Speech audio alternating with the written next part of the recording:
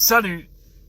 Arrêtez de comparer les putschistes du Mali, du Niger, du Burkina, du Gabon à ces putschistes de la Guinée.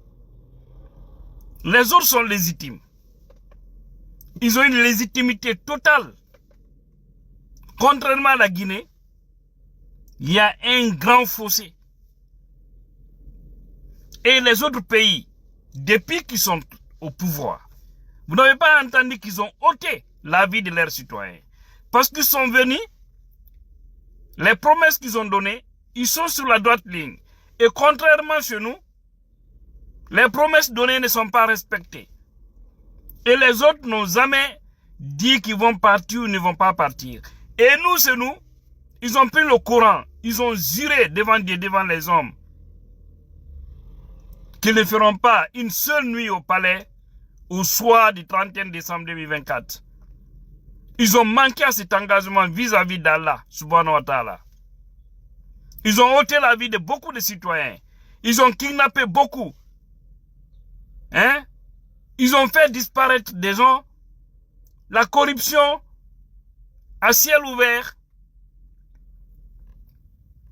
Leurs familles à l'étranger. Et quand vous prenez par exemple au Mali. Mais le Mali, selon ce que j'aurais appris, que là-bas le président a interdit à ses ministres d'envoyer leurs familles à l'étranger, qui vont tous vivre au Mali là-bas. Et ils sont tous là-bas. Vous voyez? Personne n'est sorti pour aller, par exemple, dans les autres pays. Ils sont en train de vivre la vie de leur pays. Hi, how are you? Ils sont en train de vivre la vie de leur pays. D'accord? Il faut que tout cela, il faut que les gens comprennent cela. Mais chez nous, ils volent l'argent, ils refusent de respecter leur engagement, la propagande par-ci par-là, ils n'ont aucune légitimité, ils ont détruit les biens des citoyens, ils ont ôté la vie de beaucoup.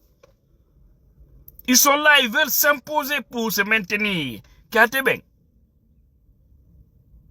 On a vu Brice du côté du Gabon. Lui qui s'est porté candidat. Même si c'est vraiment pas apprécié parce que ce monsieur devrait sortir par la grande porte.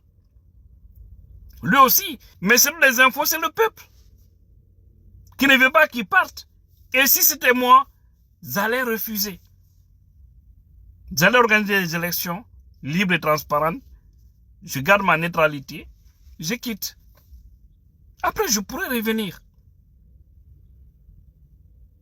Mais en Guinée, l'achat de conscience. Quand vous prenez la majorité silencieuse en Guinée, c'est catastrophique. Beaucoup n'aiment pas Mamadi maintenant. Mamadi est venu comme un héros. Aujourd'hui, il est comme un zéro.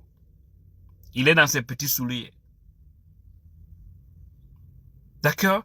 Et puis les gens vont s'asseoir. Non, Mamadi, tout ça, c'est à cause de l'argent. Il n'y a pas autre chose. Certains nous le disent. Ok,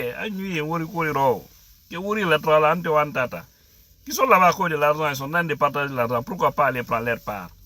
Mais c'est honteux, c'est une manière de trahir tout un peuple. Doit arrêter de comparer ces gens-là. À moins que je ne m'abuse. Mais, je n'ai jamais entendu du côté du Niger, du Mali, du Burkina.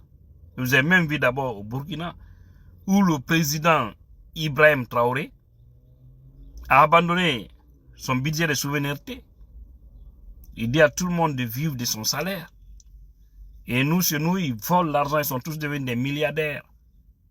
Beaucoup sont des millionnaires en dollars. À moins 3 ans, 4 ans. D'accord?